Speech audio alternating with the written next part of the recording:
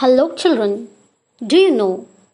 Today, as I was arranging my clothes, I happened to get a silk sari which my grandmother had gifted me.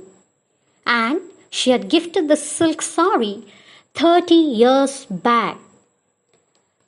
But, children, to my surprise, and you won't believe it, the silk sari still had a dazzle and looked brand new, as if it is just purchased recently. So, children, do you want to know more about silk? Yes?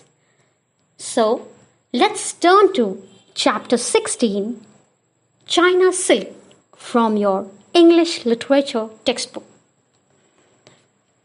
This story is a very interesting one as it describes the origin or discovery of silk. So, the story goes this way. A long time ago, in a tiny village in China, there lived a poor girl from a weaver's family. Now, children, weaver means a person who weaves fabric. Weaves means makes, fabric means cloth. That means a person who makes clothes by using fiber. That is, by using thread. Okay? So this poor girl's family was engaged in the business of weaving clothes.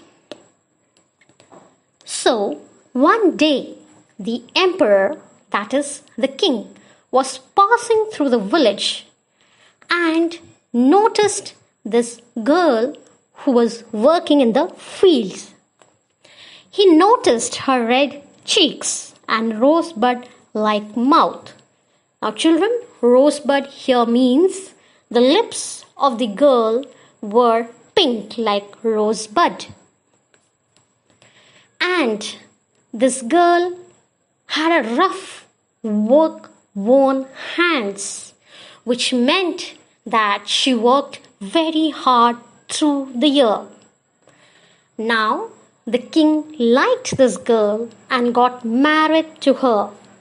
So the girl left the village and went to live in the palace.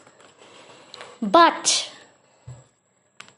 the poor girl, who is now the empress, was not happy at the palace, as the empress had grown up in wide open spaces of the countryside.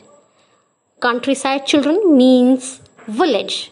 So, this empress was very used to open space.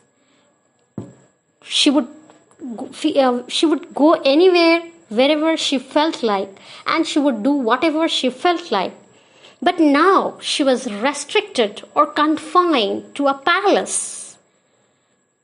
She couldn't do whatever she wanted to do. She couldn't go wherever she liked. And moreover, the empress, before her marriage, used to work from dawn to night without taking rest. Now, children, dawn means early in the morning when the sun is just beginning to rise. So, she was whole day engaged in work. But now, being the empress, she had no work at all, as she had many servants to take care of her needs. Hence, the emperor noticed that his wife was unhappy. He tried to make her happy by throwing elaborate parties. Elaborate, children, means grand parties. And gifting her grand clothes, jewelries, etc. Yet the empress was sad. One afternoon, the empress was sitting under a mulberry bush. Now, children, mulberry is a kind of fruit. It's like a berry. It looks like a berry.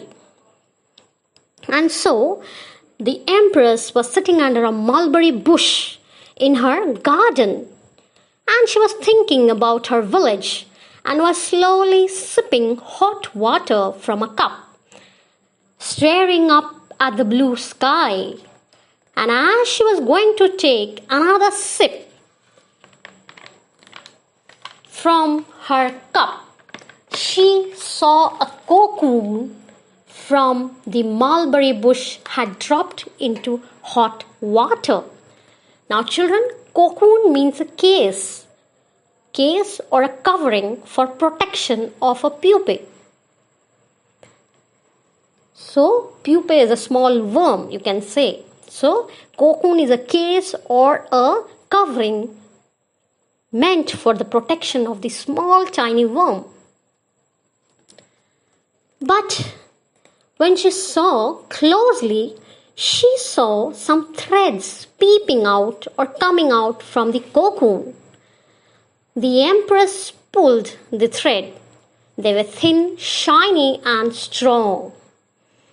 She kept pulling, and a long line of thread came out. Now, the empress had a great idea. She would take the thread from many cocoons and weave soft and strong cloth from it.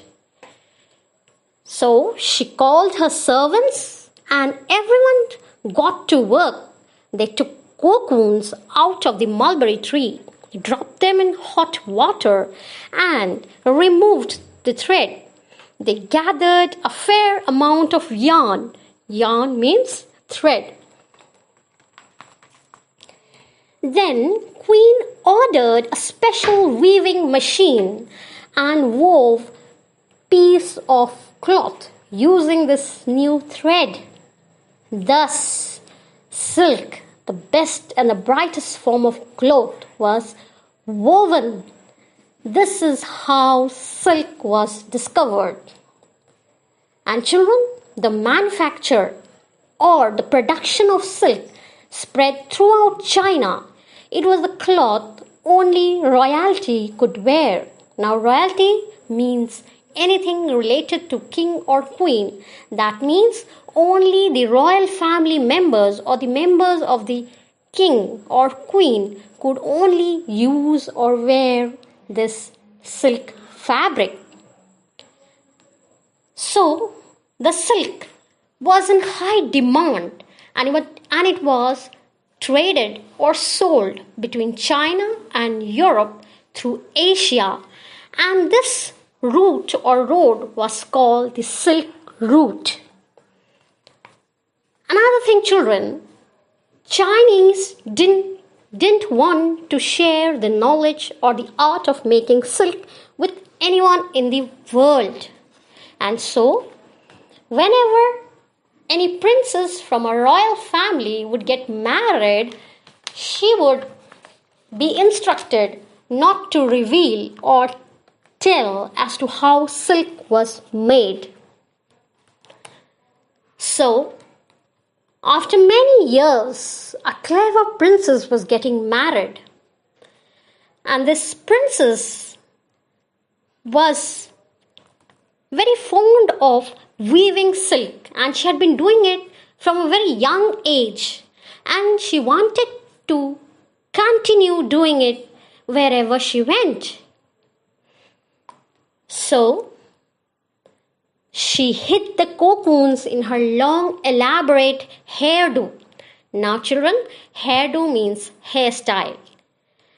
And when the royals checked her bags and clothes to get the cocoons, but they couldn't get it, and no one thought of checking her hairdo.